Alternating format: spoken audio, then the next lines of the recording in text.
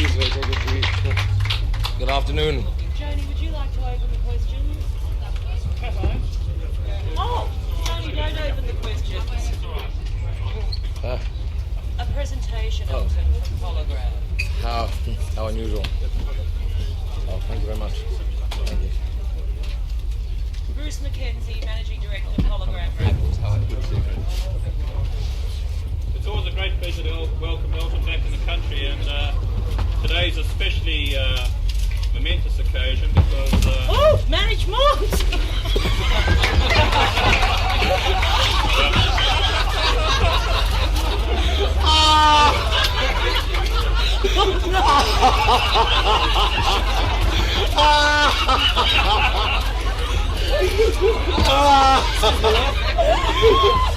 Great. Start again. Can we start again? When John Reid is finished doing a national Reagan, we'd like to present Elton with some multi-platinum awards. The first one for Breaking Hearts. Thank you very much. Great. Thank you. You can stand up. Can you stand and great. Thank you. And another platinum award for Ice on Fire. Ice on fire or ice on fire? Oh, thank you. Thank you. Never carry yet, Bruce. Yeah. You'll take a look. Thank you very much. Very nice. Right. And before I hand you over to Elton, today sees a especially momentous occasion, as I said.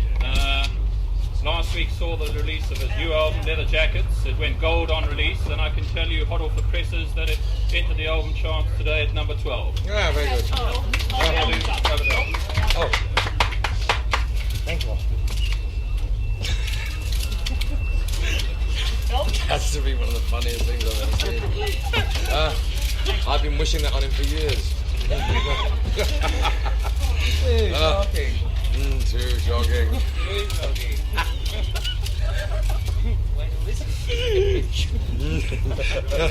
I better run out the country if I'm you, Pat. Thank you.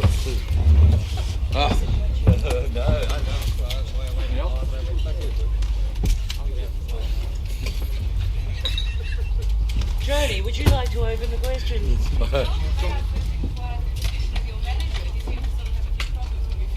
He's always falling over, but never backwards. First time. Never mind. Heads will roll. Yeah. It wasn't ours, actually.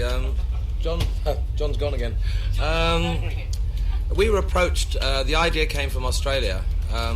I've never really wanted to do an orchestral tour before because I never really... I mean, it's an extreme hassle of getting something together so large as this takes a long, long time.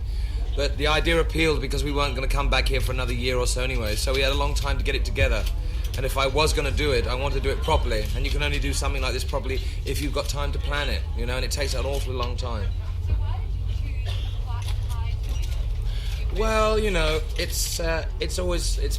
Every time I go down this road back to the Seaboard, and we always pass this place and stop and have something to eat, especially if it's late at night.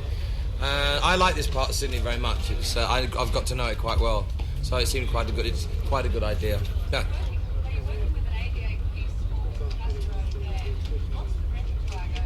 Oh, I'm going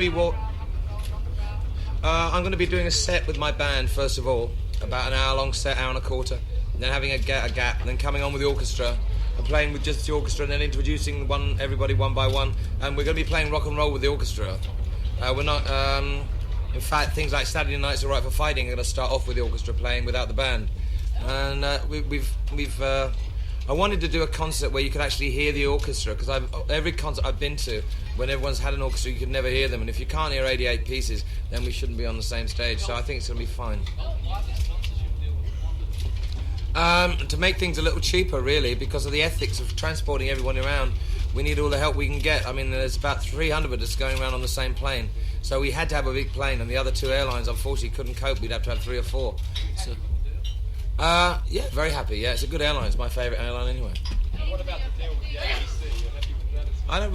I don't really know too much about that. I have to ask management. All I'm interested in really is rehearsing, singing, and getting out the show on the road. I leave all those sort of things to my manager. I'm sure the ABC will do a splendid job. The orchestra are currently rehearsing in Melbourne. When would you be joining them? When I finish rehearsing here, I'm gonna go up to Brisbane on Saturday, and all my band are flying in. They've left Los Angeles and London today, and we'll start with them on Sunday. All I've got to do really is relearn the old songs, because I haven't sung some of the songs that we're going to be doing for years. And so on Friday here, I've got to just sit down with a tape recorder and just learn the lyrics again. Are you going to incorporate them into the type of show you've just done in America? Oh yeah. We're going to do the first hour is just going to be the band playing more or less half a set, half the length that we did in America probably, and then we'll be introducing the band. At the end of the show with the orchestra, we'll be rocking out, as we say. We'll be doing things like Saturday Night, Leave On, Madman Across the Water, and the whole point of it wasn't just to do, just a twee orchestral set. We want to do some of the numbers that just use orchestra, like 60 Years On, and by the end of the second set, be playing rock and roll with the orchestra. So.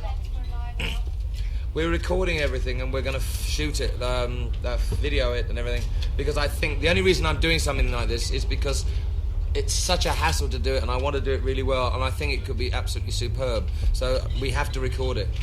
After the tour, something of this proportion could be a bit of a letdown. Are there any plans to tour this sort of show? No, there's no plans at all. I don't think you could tour it anywhere. I mean, if one wanted to do it in London or Los Angeles or New York, one could maybe do it there, but touring, I think this is the only place one could tour with it. The offer was quite outside. I mean, like to say, would you like to tour with an orchestra? I thought, blimey, getting one show together with an orchestra is hard enough. Touring with it, the idea struck me. It's just so, right, let's have a go at it. Is this the most exciting thing you've ever done? Not quite, no. I'd have to ask the wife that. You know what I mean? Yeah. It's probably the most challenging thing, because it's got to be terribly disciplined. You've got to play less. It's not a rock and roll set as such. As a band, there's 13 of us playing with the orchestra. We've got to be very disciplined. We've got to. It's good for our concentration. We've done 3 tours already. We've done Great Britain. We've done Europe. We've done the first part of the American tour. And what we've got to do now, this is good for us because it picks us up. We've got something different to do, and it's terribly disciplined. And it's on a musical level, it's very exciting. But as it's you've got to concentrate and you can't overplay. You've got to play to the orchestra really.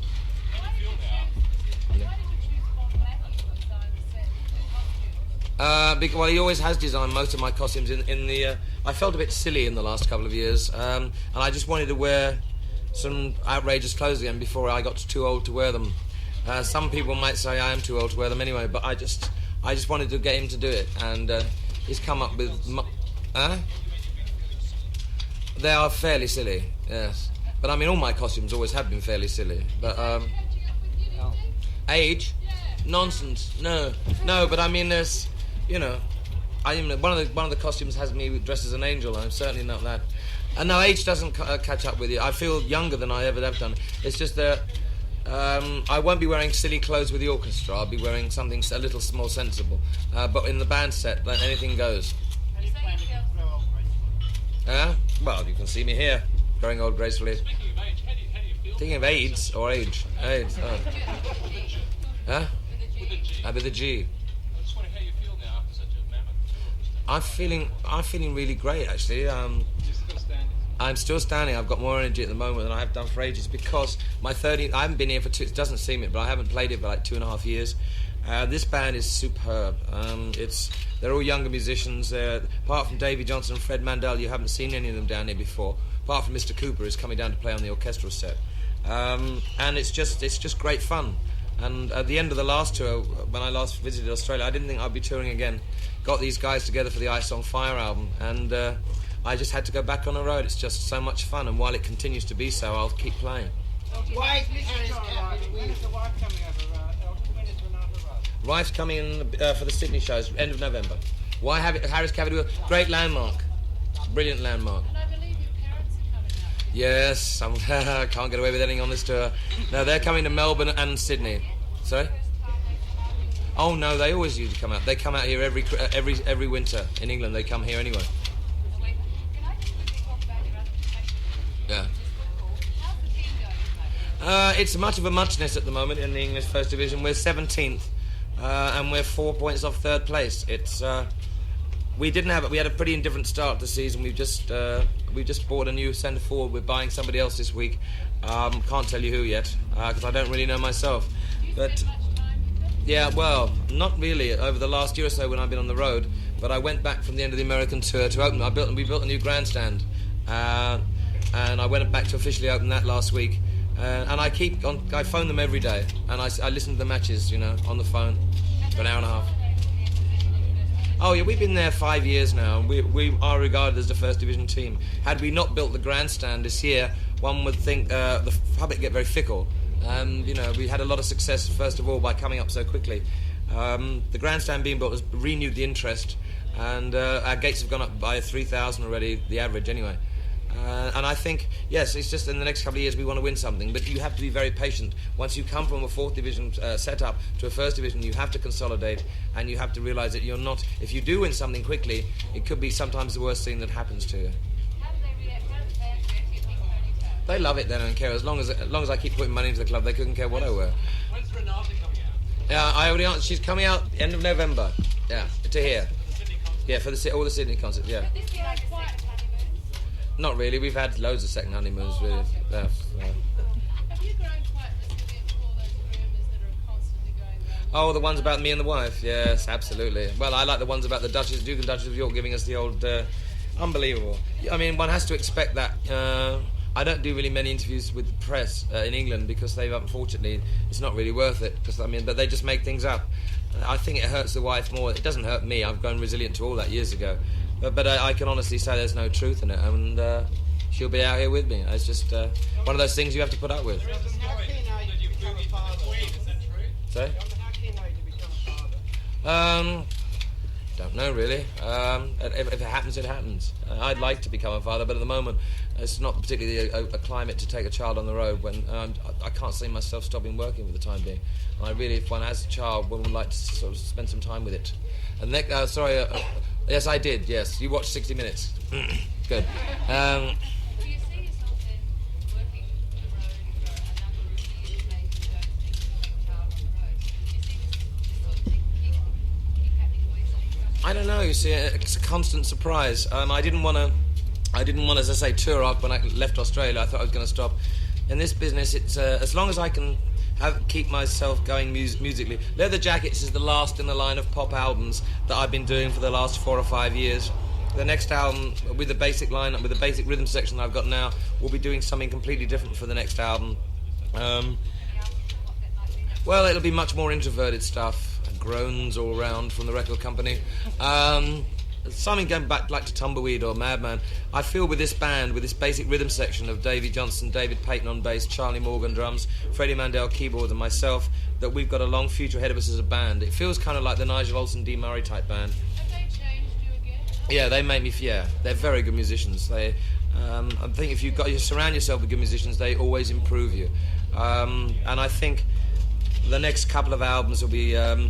I'm very pleased with Leather Jackets, I hasten to add, but I mean, there's the last 3 or 4 albums, starting with 2 Low for Zero has been as like a cycle of kind of pop albums with sort of pop songs, which I like writing, and in fact are harder to write. The next sort of songs, I've got Bernie going back to writing lyrics with no verse format, no chorus format, so you're going to get very introvert lyrics, again like Madman Across the Water, and maybe sort of much more introvert albums. I hope so anyway. It's this phase I want to go, I've had this phase that I've gone through, and I want to do something different again. Elton, going back to sport, Elton, Yeah, she just sent me a lyric and I wrote a song. Actually, it was for her album. She didn't like it. It ended up on my album. Yeah, sorry? back to sport, you going to see much cricket while you do this year? I don't think we clash too much with the cricket team. In Perth we do. But they're not hitting Sydney till January, and we'll be back in America by then. So, I mean, I'd like on the television, yes. Alan, you said you're going to be playing a lot of old stuff at the end of the concert. What would you say is your favourite album? It changes from year to year. I think at the moment it's Blue Moves, which is probably my least successful studio album as far as everybody seems to hate it. But I like it because that's the sort of stuff I want to do on the next album. It's more... Your old albums a lot. No. But when I do, I sometimes get pleasantly surprised. Some of it I don't like at all. Caribou is hopelessly shallow. But it was, lots of people. That's good. I really love the Kate Bush, Peter Gabriel song. I just heard the Johnny Farnham song on the radio. It's brilliant. Yeah, it's great. I still think that Billy Joel formats Elton I never did. No, in fact, Billy and I were going to do... Billy came to the show in New York, and we were going to do a duet together, and I lost my voice. No, anyone who can write a song like Just the Way You Are has got to be all right. And I love the new single, actually, Matter of Trust. He sounds like Robert Palmer. No. I think it's very unfair. It's something he's had to live with, and he's got over it, and he's forged his career on his own. I think a lot of people, when he first started off, it was a pain in the ass for him. But no, I don't. I really like a guy called Bruce Hornsby, is it? Yes. That's a great album. Good piano, nice to hear piano playing here. Do you think you've kept the same fans, or do you think you want everything? We keep a lot of our old fans, but over the last year or so, especially in Europe and America, we've acquired a lot of younger ones, which is I'm very grateful for that. And they seem to only know the stuff from Too Low for Zero onwards, which is kind of strange. You play things like Burn Down the Mission and there's nothing, you know. You say, now we're going to do an old song like Burn Down the Mission. Nothing. But as soon as you start singing, I guess that's why they call it the blues or Blue Eyes or Too Low for Zero or something like that, they know the songs. And that's very gratifying. So I can't figure it out really. It just must be the songs. Do you think that with this new concept with the Melbourne Symphony Orchestra that you're going to actually create a complete new area of fans, with people of that highbrow area who maybe don't get something Well, I don't know. It's going to be kind of interesting because, as I say, we're going to start the set off fairly slowly, the orchestral set. We may have blasted them out of the arena by the time the band set's finished. I don't know. I think there's such a widespread of my music. I think there's something for everybody. I I hope that the mixture will please everyone. The hype? Yeah, sick of it? What do you mean, things like this? Things like this, yeah. Not really. I can handle it pretty well. It's part and parcel of it. I don't mind it. As long as I'm surrounded by pleasant people who organise it, that's fine by me. talking more about the English press as opposed to maybe the Australian press or elsewhere around Yeah. the world. You don't know the English press. I think the English tabloids have become absolutely obscene, just awful. I always do my interviews with the sports press because they always get their facts right. Jeffrey Archer's been having a bit of a hard time. Yeah, well, that's what's happened when you write books. When's your book coming out then? I don't think there's anything wrong with that at all, as long as you carry it through. There's no good thinking that just because you make a record saying, for Live Aid or whatever, that's the end of the matter. I think if you really want to get involved in it, and something that Geldof did very well was that he carried it through, and he made sure that all the money went there. He actually got off his backside and did it. I sometimes get a bit cheesed off with four idiots in raincoats and long hair singing about something, and they've got the slightest idea what's going on. It's very easy to jump on a bandwagon. I'm very suspicious sometimes of people who organise large events for things like that. The Live Aid thing was an exception. Are you politically motivated like Sting or Paul Weller? God help forbid Paul Weller, no. Good, the human Mogadon. No. Well, I am. I have got to be. I just don't trust any of them. Well, what sort of issues concern you then? Just basically the issues that concern my football club, because that's the only reason I get involved in politics, is because I have to deal with the local authority. That if we have to, build a new grandstand, we have to get permission. We have to go to them, and that's grassroots politics. And I walk in there, and I walk in the council chamber, and although I'm Elton John, blah blah blah, flash suit, lots of this, lots of that, I mean absolutely nothing. And one has to sit down and talk to them and and start from scratch. And that's the only politics I really get involved in. It's politics I have to, and it's quite enjoyable. I think when we started at Watford, there was a kind of grudge match between both sides. It's gotten much better. We have a socialist council who are kind of envious of me. I was very wary of them, and now we get on fine. We talk to each other, which sometimes two sides stay on the fence too long, slag each other off. We started talking to each other, and it's a much healthier situation. They like us, we like them, and. About to become an international campaign. I don't think so. I think really the only way I can change them, or not change, that's the wrong word, the only thing I can do to help is to play music. And music and sport I've always thought should be left out of the political arena, because it's the only two things sometimes that is a common denominator. Has marriage suited you, Elton? Just play tennis, listen to records. I'm quite good at relaxing, Well, you But have to lunch with Penny Mossel, I guess. yes, if we get served. Elton, you talk about your next album being more introspective. Yeah. Why is that? I know you change. You're as a musician, your moods change. The way you dress change. It's just life. Everybody goes, I think, through periods where they feel a little different. I'm lucky enough to be able to express myself through my dress, through my music. I'm in a business I can do it. So it's easy for me. It's just there are a lot of areas as a musician I haven't really explored yet. I haven't done my solo piano album. I haven't done an album of other people's songs. I haven't done, something like the Ray Cooper concert when I came in '79. I would like to do that on record. And as you get older, one has to suddenly say, I must take the time to do it. Otherwise, you're going to get caught up in the syndrome of just doing albums to please record companies. And I don't mean that to be nasty, but it's now become the age of you must have a hit single on an album, etc. And we never used to think like that. And I just don't want to get back caught in that syndrome. Would you ever do that as far as concerts go? Just to take that away all the rest? Yeah, I'm going to, next year in England, I hope to do that. It's our, Bernie and I, a 20-year anniversary next year. Good God. Torpin and I have been writing songs for 20 years. So I would like to do a concert with Cooper again and just do... Elvis Costello did something brilliant in Los Angeles recently. He did like 5 shows, each night different set, different band, and the last night he had this huge wheel of about 40 songs, and then like you spun it and people had requests. Great idea. I'd like to do something like that. Yeah.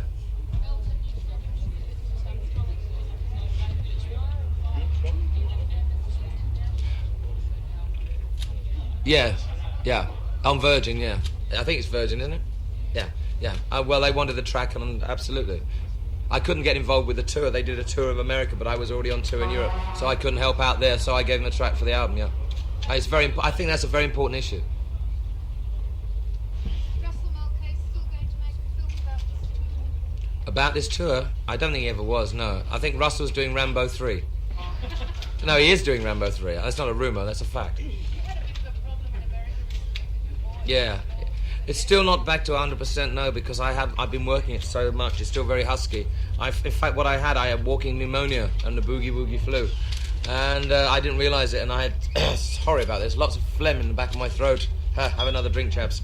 But it's still not back to normal yet. But I think maybe, hopefully, it'll get back. It was 90% there on the American tour, which was a bit of a drag because I'm singing a lot better than I used to. I think that's a great cue for last question. Spending spree. Lavish. Lavish spending. What do you call lavish? Well, there you go. Well, I don't know what a lavish. Well, where's this? Here. Oh no. Well, it was one of our party's birthdays, so I went to buy a birthday present. I would hardly call it lavish, but then again, one has only got to step into a shop with me and it's lavish. I'm the only person who buys lavish sprouts. You think you're singing better than ever at the moment? Yeah. I think I'm singing better than ever because I never used to be a singer. I used to be a piano player who sung. Now I consider myself as a singer who also plays the piano. It's switched roles, really. How many days have you About 40-something, 42, 43, and I'm going back to do another 42, 43 after this tour finishes. Doesn't that put a lot of strain on your body? Yeah, unfortunately, if you have trouble with your voice, it's hard to get it back because of the rest period. But after Australia, I'm going for a holiday for 3 or 4 weeks. So I mean it is a strain. It's the only thing I might be slightly worried about here. There's so many shows together. During the day in New York, I had to go and see a voice specialist, and I couldn't speak during the day. So much to the relief of everyone around me, and it was so frustrating because if you lose your voice, everybody else tends to write things down as well. But I mean that may happen here. I might have to just not talk during the days and just do the shows. Do you voice exercises at all? No. Well, before I go on stage, an hour before I go on stage, yeah. Are you in shows for lots of books? I'm sure. I hope. I think we can call it a halt there, and we'll do photos in the van. Yeah. Promises. Thank you very much.